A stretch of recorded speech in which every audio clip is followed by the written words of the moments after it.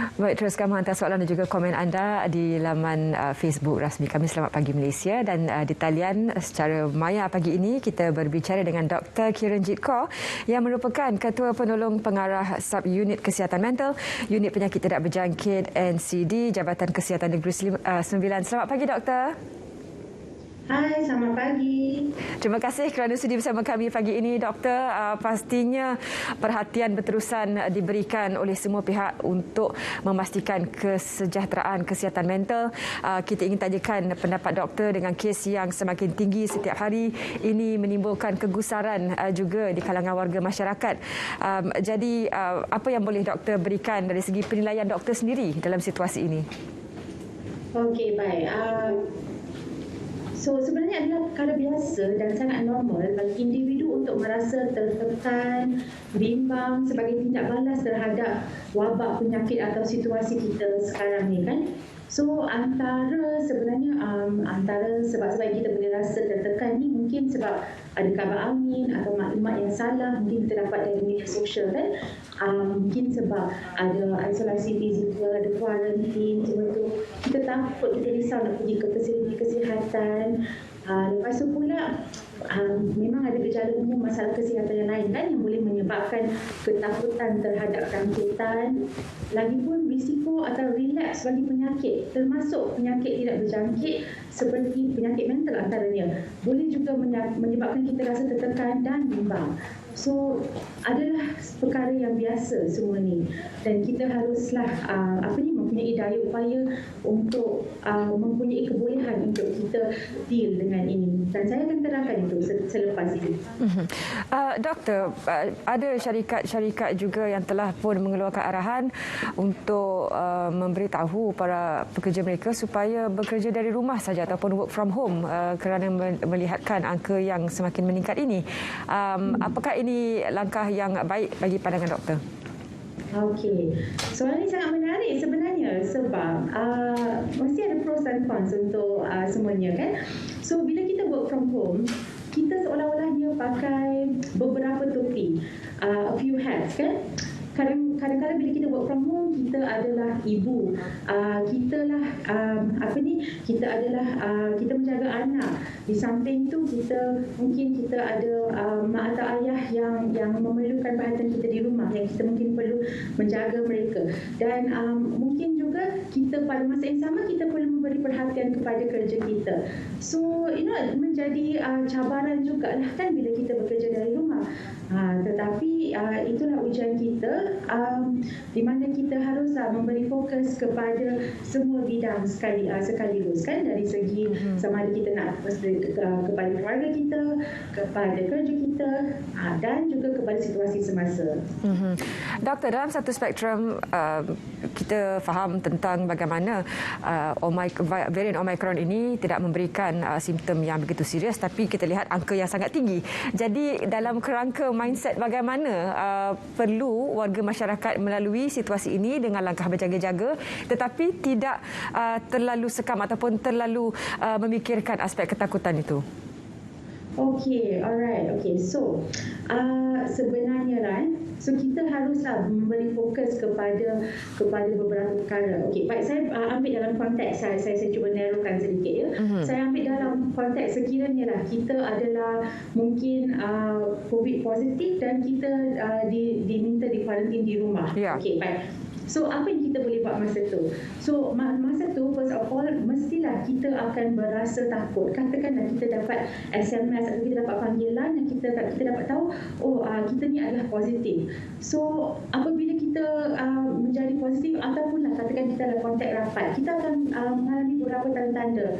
So, ini adalah biasa, tapi mungkin kita pun tak tahu. So, jom kita melaluinya satu-satu. So, tanda-tandanya mungkin kita akan rasa takut. Biasalah bila kita dah tahu positif atau kontak rapat, kita rasa takut. Mungkin kita rasa bersalah ataupun kita mungkin salahkan diri sendiri. Kenapa tak patuhi SOP ataupun kenapa kita menjangkitkan penyakit ini kepada ahli keluarga ke, something like that, Mungkin kita rasa marah. Mungkin marah sebab kita ikut SOP tapi orang lain tak ikut. Yeah. So, macam mana pula? Okay, mungkin kita rasa cemas, mungkin kita rasa risau. Okey, so apa yang kita boleh buat. Alright, so saya nak bagi beberapa, senang saya bagi 7 langkah-langkah lah ya. Okey, so pertama sekali kita cuba berhubung dengan orang yang kita sayangi melalui telefon, teks, media sosial. Okey, kita kan sekarang dah kuarantin dekat rumah, so kita tak boleh nak keluar. So macam mana kita nak berhubung dengan mereka? Dalam zaman sekarang, kita memang ada telefon, kita ada WhatsApp, macam-macam aplikasi ada. So cuba call orang kita sayang. So mereka akan bagi kita support. Di samping tu kita pun boleh memberi mereka support dalam masa yang sama. Okey, kedua, kita haruslah teruskan melakukan aktiviti yang kita suka. Okey, macam mana tu?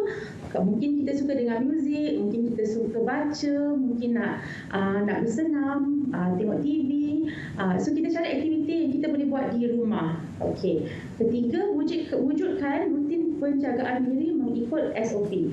Okey, contohnya, kalau kita dah tidur pukul 11 malam setiap malam dan kita bangun pukul 7 pagi atau 8 pagi, kita haruslah ikut tu.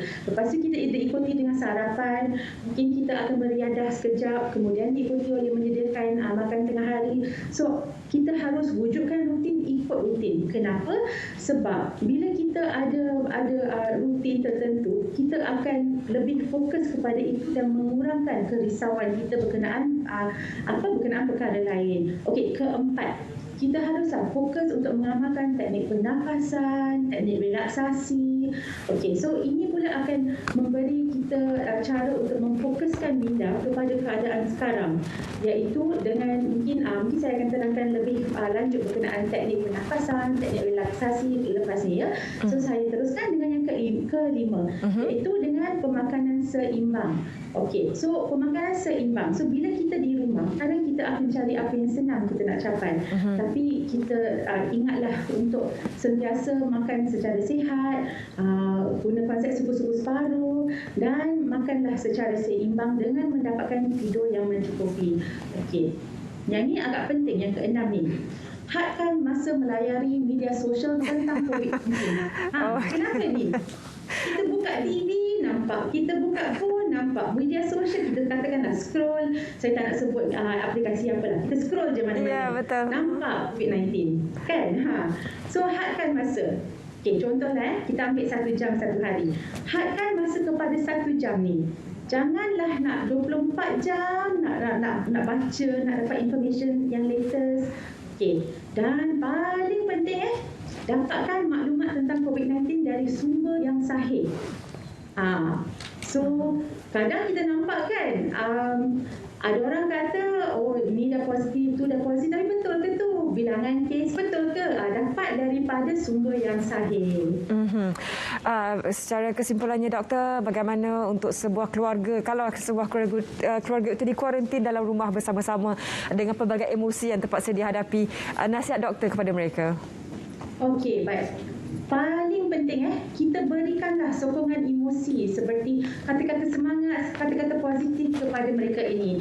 So katakan adalah seorang penjaga dan mungkin 2 orang lagi yang positif di rumah. So kalau kita boleh beri sokongan emosi, dia sangat-sangat membantu mereka ini. Dan katakan kita seorang penjaga, mungkin kita boleh bantu dalam aktiviti harian seperti penyediaan makanan, ubat-ubatan, keperluan khas kan.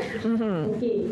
Dan sentiasalah berhubung, bertanya keadaan mereka. Sebab kadang bila kita tanya tu, kita akan dapat baru kita dapat tahu emosi sebenar kan. Terima kasih Dr. Kiranjit, dan saya harap kita dapat sambung lagi perbincangan ini pada siaran akan datang. Terima kasih kerana meluangkan masa bersama kami pagi ini. Okey, thank you so much. Terima kasih. Baik.